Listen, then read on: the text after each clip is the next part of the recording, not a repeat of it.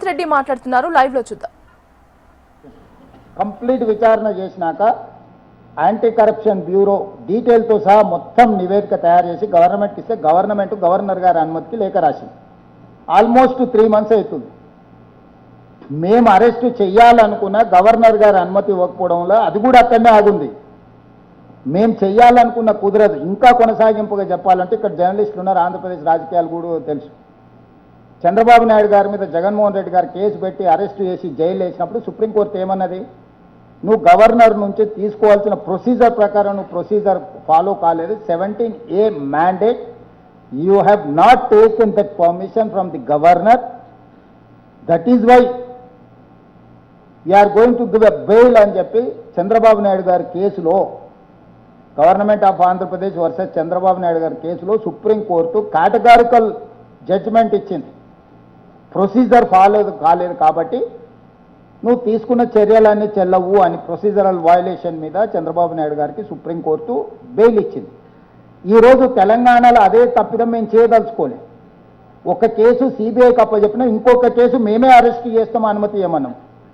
Governor దగ్గర ఉన్నది governor దగ్గరనే ఉంది, అమిత్ షా గారి దగ్గర ఉన్నది అమిత్ షా గారి దగ్గరనే ఉంది. ఏ ప్రతిపక్ష నాయకుడి మీదైనా ఈ దేశంలో ఈ విధమైన వెసులుబాటు మోడీ గారు ఇచ్చిండ్రా?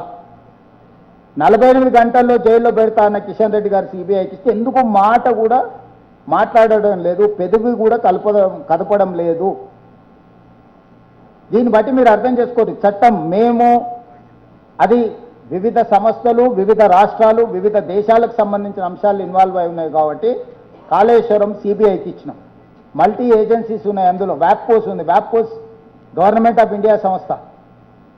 ఇప్పుడు NDSA రిపోర్ట్ ఇచ్చింది, గవర్నమెంట్ ఆఫ్ ఇండియా సంస్థ. విజిలెన్స్ అండ్ ఎన్ఫోర్స్మెంట్ ఇచ్చింది. Supreme court judge, Lokpal first chairperson, వీళ్ళందరూ ఇచ్చిన నివేదికలు ఉన్నాయి కాబట్టి దీన్ని కాంప్రహెన్సివ్ మీద విచారణ చేయాలంటే దేశ స్థాయిలో విచారణ చేయగలిగిన సంస్థ ఉండాలని సిబిఐకి ఇచ్చినాం. మేమే విచారణ చేసిన ఫార్ములా ఈ రేస్ అక్కడనే ఉంది, వాళ్ళని విచారణ చేయమని ఇచ్చిన కాళేశ్వరం అక్కడనే ఉంది. అందుకే మేము క్లియర్గా చెప్తున్నాం, బీజేపీ బీఆర్ఎస్ ది ఫెవికల్ బంధము. ఇది విలీనానికి ఒక కొలబద్దగా పెట్టుకొని ముందుకెళ్తారు. ఇది లిట్మస్ టెస్ట్. వీళ్ళు సహకరించుకుంటే కాంగ్రెస్ను ఓడిస్తామా ఓడియమా అని ఒక ఎక్స్పెరిమెంట్ చేయడానికి జూబ్లీ హిల్స్ను వేదికగా చేసుకున్నారు. ఎందుకు బీఆర్ఎస్ మీద అగ్రెసివ్గా ఫైట్ చేసే ధర్మపురి అరవింద్ను జూబ్లీ హిల్స్లో క్యాంపెయినింగ్కు పిలవలేదు?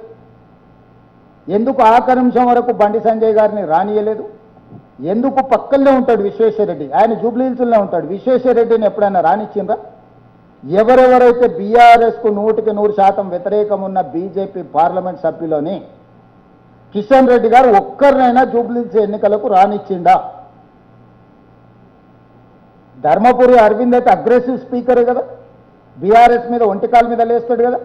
మిత్రుడు విశ్వేశ్వరరెడ్డి గురించి నేను చెప్పాల్సిన పని లేదు కదా. బండి సంజయ్ కూడా ఆఖరి నిమిషంలో పదే మేము మాట్లాడిన తర్వాత రానిచ్చిండ్రు కదా. ఇట్లా బీజేపీలో బీఆర్ఎస్ పొడగిట్టని నాయకులు ఎవరైనా జూబ్లీ హిల్స్ ఎన్నికల ప్రచారంలో పాల్గొన్నారా?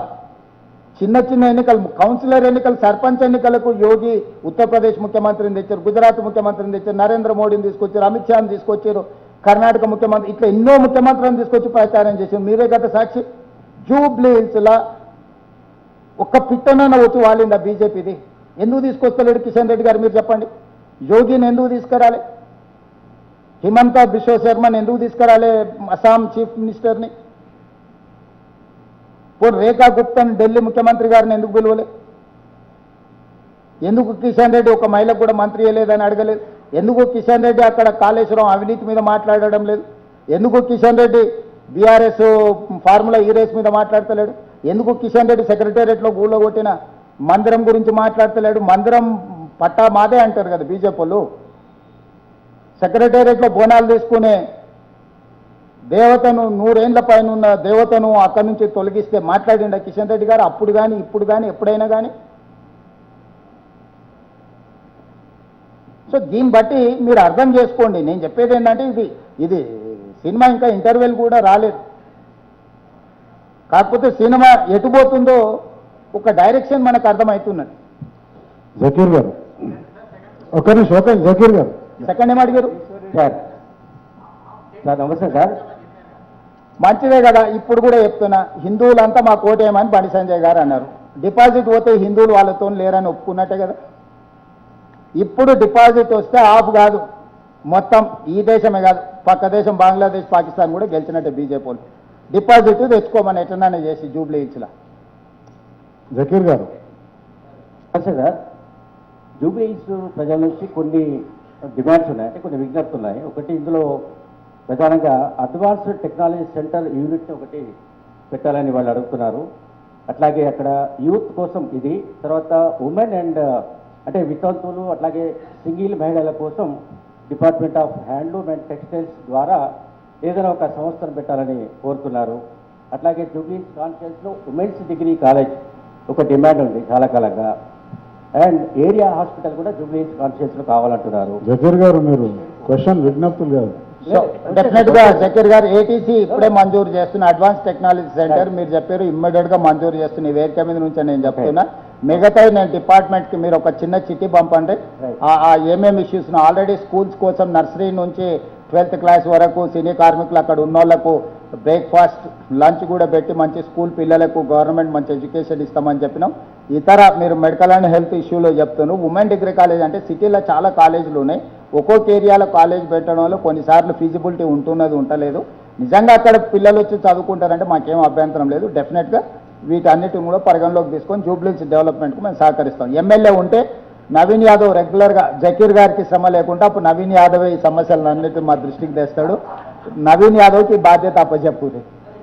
సూరజ్, ప్లీజ్ చెప్పండి జకీర్ గారు. కేటీఆర్ ఈ మధ్యకాలంలో తరచుగా చెప్తున్నది ఏంటంటే, ఈ ఎలక్షన్స్ తర్వాత 500 రోజుల్లో కేసీఆర్ ప్రభుత్వం ఏర్పడుతుందని చెప్తున్నాడు. దాని మీద రియాక్షన్? ఇప్పుడు జకీర్ గారు, ఇప్పటికీ డిసెంబర్ వస్తే 2 ఏళ్ళు అయింది, ఆ తర్వాత 3 ఏళ్ళు ఉంది. సంవత్సరానికి ఎన్ని రోజులు ఉంటాయి? 365 రోజులు అయితే ఉంటాయి కదా మన లెక్క ప్రకారం. ఒకవేళ కేటీఆర్ క్యాలెండర్ ఎట్లుందో నాకు తెలియదు, కానీ ఈ లెక్క ప్రకారం 1000 రోజుల పైనే అవుతుంది కదా.